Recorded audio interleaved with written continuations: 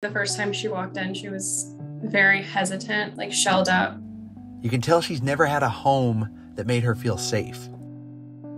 My fiance and I both looked at each other. We were like, are we sure? Like, she's not liking us. We're not really vibing. She was actually a part of a puppy mill, and she was kept in pretty bad conditions. She had 2 litters of puppies before she was a year old. Really, it was probably before she was 9 months old.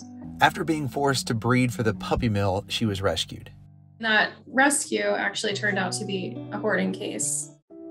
There was hundreds of dogs on that property, really in tight quarters and definitely not in the best living conditions. She would escape the house often to try to look for food and resources, obviously. Luckily, Ashley and her fiance adopted Valentine and did whatever they could to make her feel safe. I looked at her and I was like, this is it. This is our dog and we need to get her. And it was like definitely a gut instinct that it was meant to be. So at that point, we were her 4th home. It took her a while to just figure out what to do with herself. She didn't want to walk around her house. She really wanted to stay in the foyer of our home by the door. It was hard to pull her in. We ended up doing it with food. She's very food motivated. And then she pretty much just stuck around her bed. I think she kind of made that like her safe space when she first came in. Good morning.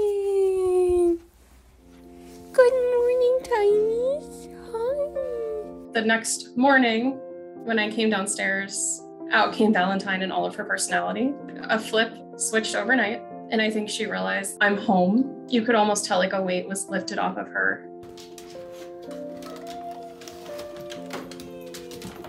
She's fun, bubbly, very playful. She definitely is very much still like a puppy. We like to say she's almost making up for lost time because she really wasn't able to be a puppy for the first year of her life. So everything is new to her. Everything is an adventure.